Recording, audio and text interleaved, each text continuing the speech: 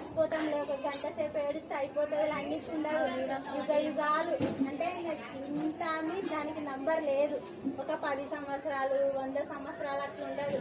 యుగ యుగాలంటే ఇంకా కోటాను కోట్ల సంవత్సరాలు మనం అగ్నిలో కాలుతూనే ఉండాలా, రోజు ఏడుస్తూనే ఉండాలా, రోజు బాధ భరిస్తూనే ఉండాలా, అట్లా ఉండాలా. అట్లాంటి చోటికి వెళ్ళడం ఇష్టమా?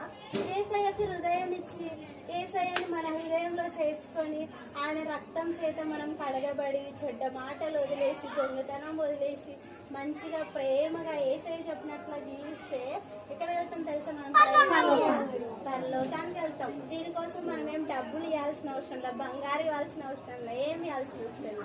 ఏసయ్య నేను పాపిని, నన్ను క్షమించండి, నన్ను నీ బిడ్డగా చేసుకోండి అని చెప్తే చాలు. ఏసయ్య మన హృదయాన్ని అంతా కడిగేస్తాడు. మన నల్లగా ఉన్న పాప హృదయం అంతా కడిగేసి తెల్లగా తీసి తన బిడ్డగా చేసుకొని మనల్ని డైరెక్ట్ గా ఎక్కడ తీసుకెళ్తాడు?